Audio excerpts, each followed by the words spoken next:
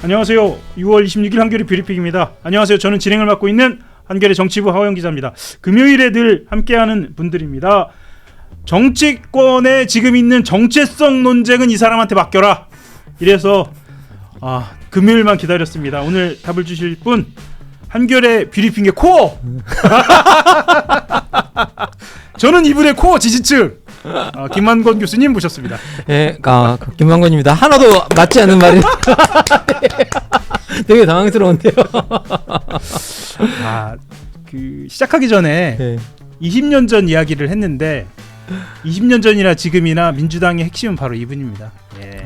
그때의 역사와 지금의 현재 상황을 비교해서 설명하는 데서는 타의 추종을 불허하는 박진영 평론가님 모셨습니다.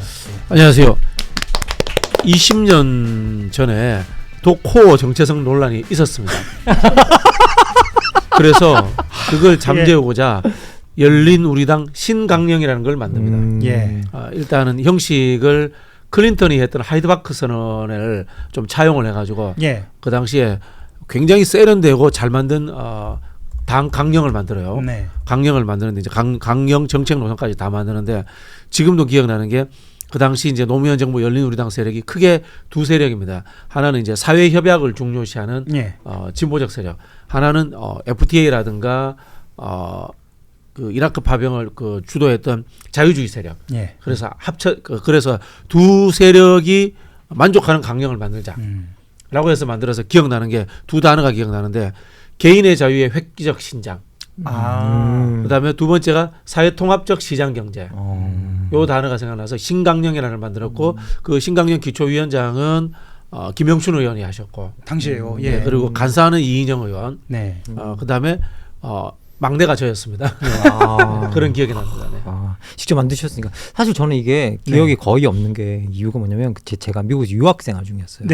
그래가지고 제가 미국 유학생활 한 10년 하는 동안에 이게 계속 아무리 한국 정치를 보려고 해도 그게 그때마다 좀 한계가 있었거든요. 아무리 인터넷이 뭐 연결되어 있다, 뭐가 있다. 당신이 그랬습니다. 그러니까 이게 한계가 있어놓으니까 그때 이야기를 하면 제가 항상 자신이 없어집니다. 사실 돌아보면 방금 말씀하셨던 것처럼 열린우리당의 그 강령 지금 가져와도 될 것 같습니다. 지금 가져와도 되고 제가 감히 우리 민주당 현 지도부에 제안드리는 게 강령 지금 중구난방이 돼가지고 안 맞아요 앞뒤가. 그래서 지금 손보고 이 정체성 논쟁은 당에서 강령위원회 새로 만드셔가지고 외부의 전문가들 특히 이런 분 모셔야 돼요. 모셔가지고 한 달 반 정도 시간이 있잖아요. 강령 제도로 만들어서 정체성 논란이 좀 줄어들도록 해주시는 그게 절차가 필요합니다. 알겠습니다. 그 정체성 논란 이야기는 현안부터 짚고 뒤에 다룰 텐데요. 일단 현안부터 이야기를 곧바로 들어가서 해보도록 하겠습니다. 지난주 브리핑에서도 아마 검찰개혁 관련돼서 이야기하면서 다음 주도 똑같이 얘기할 거라고 하면서 웃었던 기억이 납니다. 다다음 주는 안 하겠죠 아마도요. 다다음 주도 할 거 있을 것 같은데 전당대회 끝날 때까지.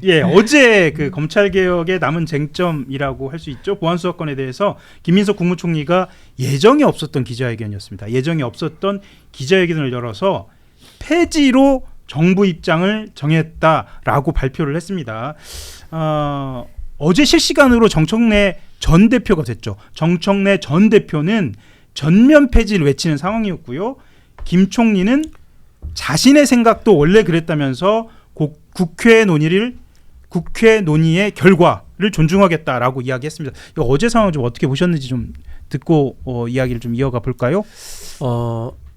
두 가지 측면인 것 같은데요.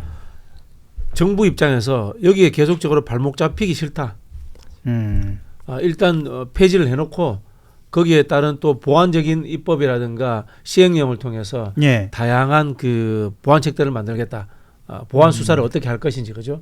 검찰에 폐지했으면은 보완 수사 요구권이 있을 수 있고, 그다음에 또 다른 제3의 기관에서 할 수도 있고 다양한 방법들이 있습니다. 그리고 경찰로 넘어왔을 때 또 경찰을 견제하는 또 기구도 만들어야 되고, 이런 것들을 이른바 좀 절차적으로 섬세하게 하겠다라는 뜻으로 받아들여야 되고요. 두 번째 정치적으로는 이슈 소멸. 이슈 소멸. 정청래 대표가 자기 지지층을 데리고 강력하게 주장하는 것을 동의해 주버림으로 인해 가지고 대립점이 생기지 않기 때문에 이슈가 소멸되는 효과를 누릴 수 있다. 뭐 그렇게 보여집니다. 그러니까 법안을 따로 내지 않고 이런 원칙적인 입장을 밝힌 것도 이례적이거든요. 네. 어떻게 보셨어요? 뭐 정부가 자기 법안을 이런 민감한 이슈에 대해서 안 낸다고 하는 건 되게 이례적인 네, 이례적입니다. 그런 부분이라고 저희들이 봐야 될 것 같고요. 그만큼 어떻게 보면 이번 사안이 되게 중요하다고 생각하고 있는 것 같고, 그리고 이 사안이 어떻게 보면 검찰 개혁 이슈가 당이나 어떻게 보면 민주당이나 민주진영 내부의 큰 갈등으로 번져나가는 것, 이거 자체가 되게 위험하다고 판단을 한 것 같아요, 정부는. 그래서 이걸 뭐 미리 차단하러 들어오는 이제 그런 논인 것 같고요. 그래서 이제 박진영 평론가님께서 말씀해 주신 대로 이건 근본적으로 이슈 소멸이라고 말씀하셨는데, 전 이슈 소멸을 넘어서는 효과도 있다고 생각해요. 왜냐하면 예. 근본적으로 정청래 대표가 검찰개혁 외에 아무런 비전이 없어요. 요즘 예민한 때입니다. 예, 무슨 비전이 있어요? 여러분, 정청래 대표가 말하는 경제적 비전을 아세요? 정청래 대표가 말하는 뭐 문화적 비전이라든지 이런 거 들어보신 적 있어요? 예. 아니, 이건 그냥 하는 말입니다. 이거 검찰개혁 빼고 말하는 게 뭐 미래에 대한 이슈를 말하는 게 있긴 있어요? 하나도 없어요. 그럼 이게 소멸되면 정청래의 정체성 자체가 사라지는 거야. 정청래 대표가 말하는 어떤 이슈에 뭐 그게 발화점이 없어지잖아요. 네. 그 발화점 자체를 없애버리는 거기 때문에 어떻게 보면 이게 사라지는 게 정청래 대표는 정말 안타까울 거고, 그래서 계속 이걸 이슈로 삼기 위해서 다시 불붙이기 위해서 또 할 거고, 저는 그래서 뭐 이게 재헌절 이전에 뭐 우리 다 하자 뭐 이런 식으로 나오잖아요. 또 네. 이렇게 나오는 거. 그러면 또 정부가 이거 못할 거나 안 할 거라는 걸 알고 있기 때문에 이렇게 불붙이는 거라고 저는 생각을 하거든요. 예. 결국은 이 이슈를 계속 가져가기 위해서 이제 하는 거라고 저는 생각을 하는데, 그런데 정말 여러분 생각해 보시면 검찰개혁 같은 이런 이슈들 섬세하게 개혁 안 해놓으면요, 다음번에 만약에 뭐 우리가 이게 또 이게 민주진영이 권력을 잡지 못한다. 예. 그러면 뭐 다른 쪽에서 권력을 잡는다. 그러면 들어와서 또 바꿔놓을 거예요. 이거는 그렇기 때문에 누구도 말을 못할 정도로 섬세한 방향으로 개혁을 해야 되는 겁니다.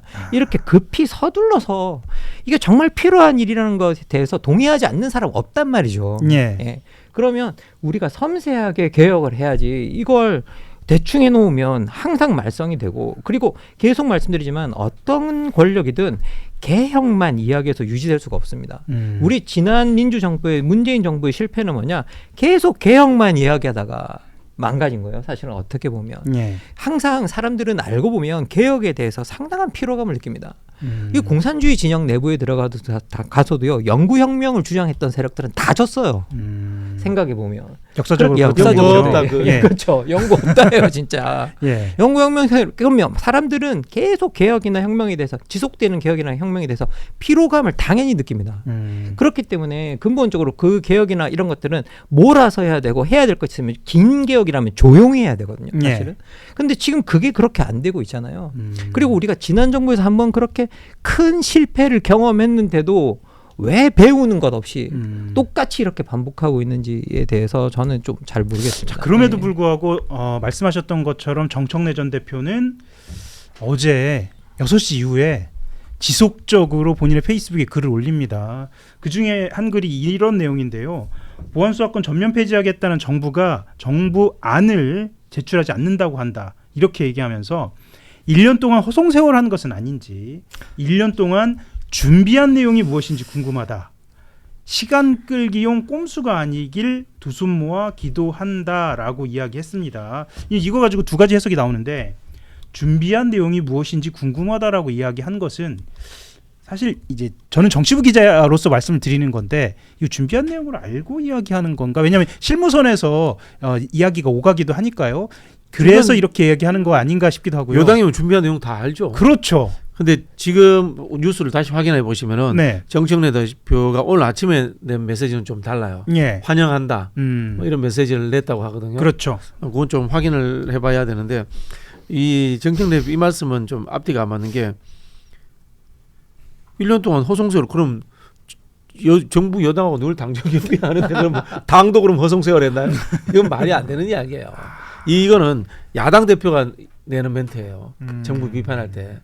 본인도 같이 그 당정 협의하면서 토론하고 계속 했을 거 아니에요. 예. 그리고 우리 시청자들께 말씀드리면, 여당이 되면은 정부의 고위 관료 1급이나 2급이 당으로 정책 전문위원으로 파견을 나옵니다. 아 그렇죠. 네, 그 사람들하고 다 조율합니다. 그 다 압니다. 그럼 이렇게 모른 척하고 딴 식구인 척하면 안 된다는 이야기예요.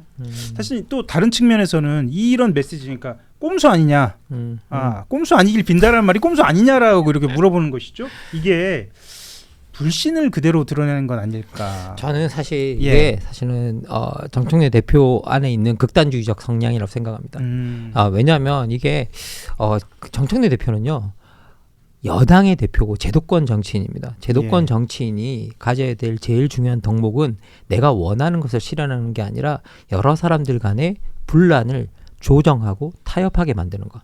그겁니다. 근데 지금 현재 정청래 대표는 자신의 입장이 정해져 있고요. 나랑 일하고 싶다면 결국 네가 내가 원하는 방향으로 와야 한다고 말하는 어떤 그런 거고요. 그래서 이 사람과 정청래 대표가 일하려면 서로 방향을 조정하는 게 아니라 정청래 대표에게 맞춰서 사람들이 이동을 해야 됩니다. 이게 사실은 극단주의자들이 취하는 태도랑 똑같거든요. 그리고 좀 의심스러운 건 뭐냐면 그럼 이게 정청래 대표의 굳은 결심인가? 라고 해서 이렇게 보면 이 사람만의 굳은 결심이라고도 정확하게 판단치도 못하겠다는 거예요. 왜? 이 뒤에 또 다른 사람이 보인다는 거죠. 그리고 김어준이라는 사람이 보이고 있고 우리가 장동영 너머에 전한길 고성국이 보이듯이 정청래 대표 너머에 김어준이 보이고 있다라는 거죠.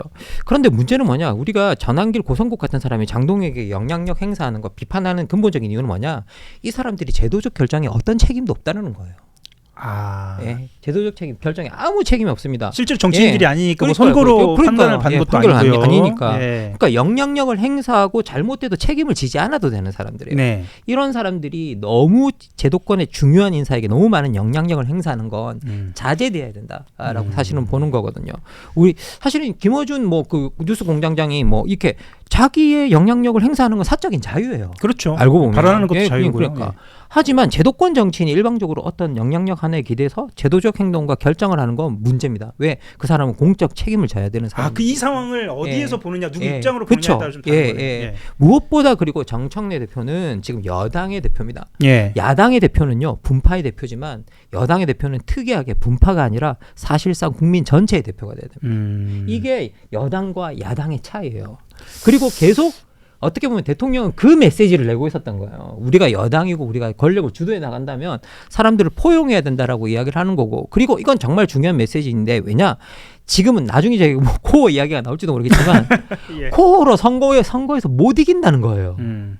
우리가 뭔가 확장성 있는 어떤 연대를 만들어야 된다라고 계속 이야기를 하고 있는데 그걸 여당 때 할 수 있으니까 해보자라는 것들에 관한 이야기인데, 이 메시지가 정확하게 전달이 잘 안 되고 있고 서로 커뮤니케이션이 전혀 안 되는 상황이고, 그리고 저는 제가 봤을 때는 정청래 대표가 이 메시지를 받아들일 준비가 안 돼 있는 거예요. 이미 안 돼 있었을 수도 있다라고 보입니다. 지금 그 채팅창이 또 뜨거워지고 있는데요. 오지라퍼님이 나도 만건이 코어 이렇게 올려주셨고요. 라파엘라자님이 맞습니다. 김만건이 전문가죠라고 이야기를 하고요. 그리고 특히나 오늘 댓글창에는 우리 박진영 평론가님 파마하는 이야기도 파마한 지 좀 되셨는데 이야기도 올라오고 있습니다. 아까 박진영 평론가 님이 이제 말씀해 주셔서 제가 찾아보니까 페이스북에는 마지막으로 올라온 글은 반야심격입니다. 얻을 것이 없으니 마음에 걸림이 없고 걸림이 없으니 두려움도 없다라고 정청래 대표가 올린 대목이 올라와 있습니다. 좀 어렵습니다. 그리고 원래 뭘 얻을 게 없어요. 얻을 게 없으면 왜 상대편다가 정청래 대표가 집사로 알고 있는데요. 그 이야기 뭐냐면은 지더라도 난 출전한다. 그렇게 그렇게 해석이 충분히 가능할 수도 있을 것 같습니다. 사실 조금 더 이야기를 좀 나아가 보면 이 와중에 조국 대표가 검찰 개혁과 관련돼서 메시지를 또 하나 올립니다. 법상 예정된 검찰 해체 D-100일이다. 현재 상태로는 공소청과 중수청이 10월 2일 출범하지 못하고 유예된다. 라고 어제 또 거의 요즘은 그 조국혁신당하고 정청래 전 대표, 그러니까 정청래 지도부의 발언, 그리고 아까 말씀하셨던 뉴스공장의 어떤 메시지가 실시간으로 앞뒤를 이렇게 다투면서 나오고 있습니다. 조국 전 대표가 전당대회 앞두고 참전을 하는 느낌도 좀 보이는데요. 이거 어떻게 그런 것 같아요. 제가 봤을 때 정청래 대표, 조국 대표, 유시민 작가까지 공통점이 있어요. 예. 전술에 밝은데 전략에 약하다. 예. 이슈를 이어가고 싶은 거예요. 그렇죠. 지금. 계속 이슈를 이어가고 싶은데 근데 이게 전체적으로 산 위에 올라가서 크게 조망해 보면은 계속해서 협소한 골짜기로 들어가는 거예요. 지금요. 예, 그래서 이 상대의 포위 전략에 말려들 수밖에 없는 흐름들로 가는 거예요. 금방 김만곤 교수님 이야기하셨잖아요. 그럼 경제적 비전은 집권당으로서의 국정 비전은 뭐가 있습니까? 이야기하면 답 못하는 거예요. 거기에 또 보안수 사건 이야기할 거예요. 또 검찰개혁 이야기할 거예요. 그것밖에 남지 않는 거예요. 결국은 이렇게 하면 뭐냐면은 계속해서 돌격해가고 있습니다. 근데 돌격해가지고 호로곡인가 뭐 삼국지에 나오는 그 골짜기에 그렇죠. 들어가는 거예요 스스로. 그래서 제가 조국 대표님께 감히 제언 드리자면은 여름에 농활 한번 가시는 것 같아요. 농촌 봉사활동. 저도 하루 정도는 같이 가서 막걸리 마시고 일할게요. 제가 네. 그 다음 날 가겠습니다. 그렇죠. 이게 저희도 현장 중계 한번 갈까요? 잠깐만요. 자, 제작진하고 조국 제작진이 협의되지 않은 겁니다. 예. 대표님처럼 이제 강남 좌파 이미지를 가지고 계시는 분인데 네. 보면은 이 서류상의 그 행정적 그다음에 또는 이 법리 논리에서의 진보 여기에 집착하잖아요. 이런 분들한테는 몸 진보가 필요합니다. 느낌이. 발로 뛰고 몸으로 부딪히는 얼굴에 흙 묻히고 하는. 예. 네. 그래서 농촌 봉사활동 한번 가시면은 저도 한번 같이 따라가겠습니다. 좀 더해서 좀 질문을 좀 드리면 그럼 지금 이렇게 싱크로율을 높이는 메시지 이 끝에 사실 아주 스멀스멀 나오는 얘기가 합당, 연대 이런 의제들이 나오기 시작하거든요. 이건 좀 어떻게 보세요? 좀 먼 얘기긴 합니다만 합당 연대 전당대회 이 의제를 올리는 것 자체에 대해서는 아니 저는 이 부분에 대해서는 박진영 평론가님께서 훨씬 더 잘 저보다 이야기해 줄 수 있는 거라고 생각이 들긴 드는데 근데 저 개인적으로 말씀드리자면 결국은 지금 현재 말씀해 주셨듯이 표면적으로 그 내부 그 표면적인 것 말고 내부를 좀 들여다보면 연합이 이미 형성이 되어 있는데 친청 그리고 조국신당 그리고 그 조국혁신당 그리고 그다음에 뉴스공장 이런 쪽에 뭔가 연합 전선이 형성되어 있는 느낌을 저 봤습니다. 그리고 기본적으로는 계속 조국혁신당 쪽에서는 뭐 이렇게 처음에 합당 이야기했을 때는 니네들이 하자고 해놓고 그렇죠. 니네들끼리 내부에서 이러면 우리 불쾌해라고 이야기했지만 지금은 사실은 이 이슈 같은 것을 통해서 좀 더 적극적으로 자신들이 먼저 합당을 오퍼하고 있다는 느낌이 저는 개인적으로 들거든요. 지금 현재 상황에서요. 현재 상황에서는 이제 그런 느낌도 개인적으로는 들고요. 그리고 기본적으로 저는 정청래 대표가 대표 연임을 하게 된다면 결국 합당 이슈는 다시 등장할 거다. 라고 생각을 합니다. 그리고 조국혁신당 같은 경우에는요. 결국은 합당을 간절하게 원할 수밖에 없는 건 선거 시스템 때문입니다. 선거 시스템이 우리가 소위 말해 소선거구제를 유지하고 있는 한 소선거구제를 유지하고 있는 한 여기 내부에서는 양당 외에는 힘을 발휘할 수 있는 구조가 아니에요. 결국은 3당은 죽게 돼 있습니다. 그러면 존재감 없는 3당으로 남을 거냐 존재감 있는 여당에 합류해서 뭔가 그 일부가 될 거냐라고 한다면 당연히 정치 입장에서는 두 번째 선택을 하게 되어 있는 게 특히나 조국 전 대표 입장에서는 또 그럴 거예요. 그렇죠. 더 그렇고 거기서 또 뭔가 정치적 입지를 다지게 되면 다음 대권이나 뭔가를 노려볼 수 있기 때문에 결국은 그쪽으로 이제 자꾸 합당하려고 노력을 엄청나게 할 거예요. 그리고 더 지금 간절하게 바라고 있는 쪽은 어디냐라고 보면 저는 조국 대표, 조국혁신당 쪽이라고 저는 개인적으로는 생각을 하는데요. 근데 뭐 어떻게 될지 모르겠습니다. 저는 뭐 저번 선거부터 조국 대표 지금 이제 물론 나셨죠. 그러니까 지금은 지금 이제 들여다 보면 저는 어떤 생각이 드냐면 저번 선거부터 수가 하나 잘못 놓였다. 그런데 그게 정말 악수였다라는 생각이 저는 개인적으로 들고요. 그리고 선거가 끝나고 난 다음에 조국 대표가 처음에는 이 모든 게 내가 잘못한 거다. 라는 식으로 나왔다가 나중에 또 민주당이 책임을 떠넘기는 10가지 질문 던졌죠. 10가지 질문을 던져. 저 그거 되게 어이없더라고요. 야, 이거 정치 지도자가 이렇게 자기가 돌파 못한 걸 남들한테 이렇게 책임을 떠넘겨서 되나? 라는 생각이 들었는데 어쨌든 전 그걸 보면서 조금 뭐라고 해야 될까요? 이게 조국 대표가 지도자로서 뭔가를 하고 싶다고 한다면 좀 다른 방향에서 뭔가를 봐야 되지 않을까 지금 현재. 그리고 좀 다른 자세 태도를 좀 가져야 될 것 같은데 전 잘 모르겠습니다 지금 현재는. 저 본질은 모르겠지만 외형상으로 보기에 조국이라는 정치인의 괜찮은 상품이었는데 최근 한 1년간의 정치적 행보 때문에 이제 망가진 거예요. 제가 이른바 조국 대표와 관계가 나쁘지 않을 때 어떤 이야기를 많이 했냐면은 이 당은 그냥 팬클럽입니다. 이른바 금방 말씀하신 것처럼 연동형 비례제 산물일 뿐이기 때문에 진보 정당도 아니고 빨리 민주당 들어오세요. 관계가 좋을 때요. 네, 관계 좋을 때. 그 12명이면은 민주당 내의 지도자들 중에 가장 많은 계보원을 거느리는 겁니다. 사실상 그렇습니다. 대권 주자에서 제일 앞서갈 겁니다. 그런 이야기를 한 적이 있습니다. 근데 이제 내부에 이른바 진보 정당 하고 싶은 사람도 있었고 호남에서 민주당을 혁신해야 되겠다라는 좀 집착하는 분들도 있었고 그렇기 때문에 아마 발걸음이 늦어졌던 것 같은데 뭐 지금이라도 빨리 합당하고 싶을 거예요. 근데 때는 좀 늦었어. 이미 기차는 떠났어. 근데 제가 봤을 때는 여기에 또 유시민 작가가 군불 떼줄 것 같아요. 제가 그 재판 예측은 다 틀려. 왜냐하면 제가 법조인이 아니기 때문에 단 한 번도 맞춘 적이 없어요. 그리고 변호사인데도 자주 틀리는 박지훈도 있어. 그렇죠. 박지훈 변호사 늘 틀려. 왜? 그 친구는 늘 희망회로를 돌리거든. 그래서 틀리는데 정치 예측은 제가 거의 틀린 적이 없을 거예요. 제가 봤을 때 유시민 작가께서는 이번에 민주진보 빅텐트론 던질 겁니다. 즉 조국혁신당하고 민주당하고만 합당하면은 뭔가 조국혁신당의 이익을 보장하는 방향으로만 가는 것 같아. 그래서 다양한 진보 정당들도 이 틈에 합당하자. 그러면서 뭐 정파 등록제도 하고 다양한 세력들을 다 모아서 왼쪽 블록을 최대한 넓히자. 이런 주장하실 가능성 저는 있다고 봅니다. 그러면은 이게 이른바